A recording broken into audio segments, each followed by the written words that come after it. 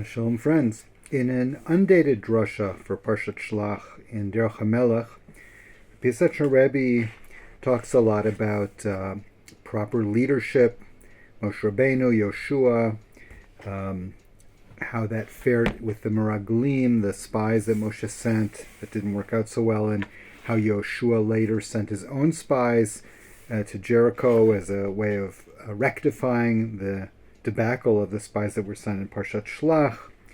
So in this context, the Rebbe talks about leadership and proper connections between those who are considered to be the leaders of the generation and the people of the generation. He waxes eloquently about a theme that's well known from the Baal Shem Tov and onward in Hasidism about the importance of always, when giving tochacha, when giving rebuke, or Mussar, giving teaching, ethical teachings, to feel that you yourself you're really talking to yourself, but letting the people listen in as well, and not for them to in any way feel like you're coming from a place of hitnasud, of haughtiness and looking down on them or being judgmental about them. That's not at all going to work, and it's not right. And how Moshe was so, as a humble person, as the most humble person in history, so much felt that he was responsible in a way alone for the sins of Am Yisrael. And so he talks about a lot of those things. And then as an aside, he mentioned something which is really, really interesting, which I just thought I would mention it and maybe talk about it for a minute. It sounds a little strange. He says, in the past, when there were real Hasidim, and this, of course, fits in with his whole critique of Hasidic society in his time, as expressed clearly in Chovad HaTalmidim in the introduction, other places that and in Mevo Sharim, Hachshar Avreichim, that the real Hasidus of the Best, in his opinion, had been lost and had come down to being kind of externalities, chitzonius, and it needed to be revived and revamped and rejuvenated. That was his whole project, one of them. In many ways.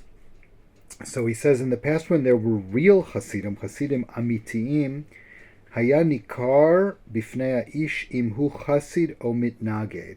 You could tell by looking at a person's face if he was a Hasid or a misnaged or an anti-Hasidic person. By the way, he almost never uses the word mitnaged in his writings. He usually just, because in his time there weren't really mitnagdim anymore very much, or very powerful. So he usually talks about a Hasid versus a Hared she'eno Hasid, a non-Hasidic pious person, or things of that sort, or just says she'enam Hasidim, those who are not Hasidic. But here he does use the word mitnaged because he's talking about back in the time of the early Hasidim, when there were real Hasidim, then there were real misnagdim. Right now, there's not real Hasidim.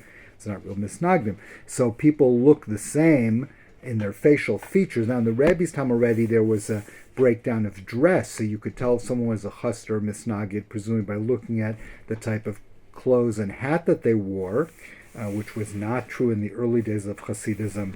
The clothing was really pretty much the same for all the religious people, or certainly the so-called Haredi people in Eastern Europe, not like the modernists in Germany, for example, that were wearing short garments and that sort of thing.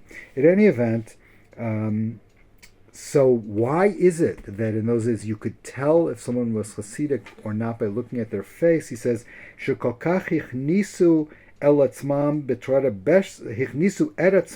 beshsal." They so much put themselves inside the Baal Shem Tov's Torah, עד שתורת הבעל שם טוב דעתו ומחשבתו הקדושים לא בלבד ששמעו החסידים, רק שנתהפכו לעצם החסידים.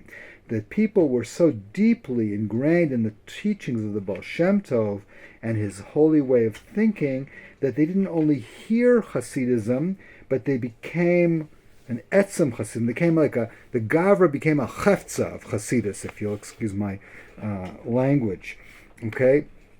And he says, and they could see the Torah of the Baal Shem Tov, that it was something alive and spiritual. Now this fits in with things that the Rebbe writes in other places about how the Hasidim are the real thing. They are the Hasidus. Like he writes that you can't learn Hasidut just by reading Hasidic books. If you want to really be a Hasid and understand Hasidism, you have to experience the life of the Hasid. You have to go to a Tzaddik's Tish. You have to be in the company of other Hasidim. You have to sing with them and dance with them and discuss Hasidus with them, and then you become a Hasid, not just a person who learns Hasidus.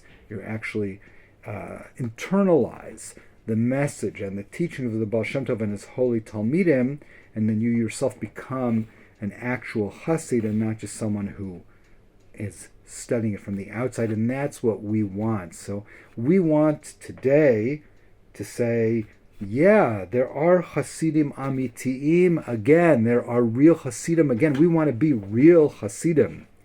Okay? Not so worried about whether there's real Masnagdim or not. That doesn't really concern us. But we want to be real Hasidim. We want to internalize the teachings of the Baal Shem Tov so deeply that our Hadrat Panim, our very facial countenance, will inspire each other to go more deeply into the lifestyle of Hasidus and serving Hashem on the derech of the Baal Shem Tov and his holy students and the Piaseczner Rebbe as well. So hopefully we can merit at least a little drop of that. Shabbat Shalom, Kol Tuv.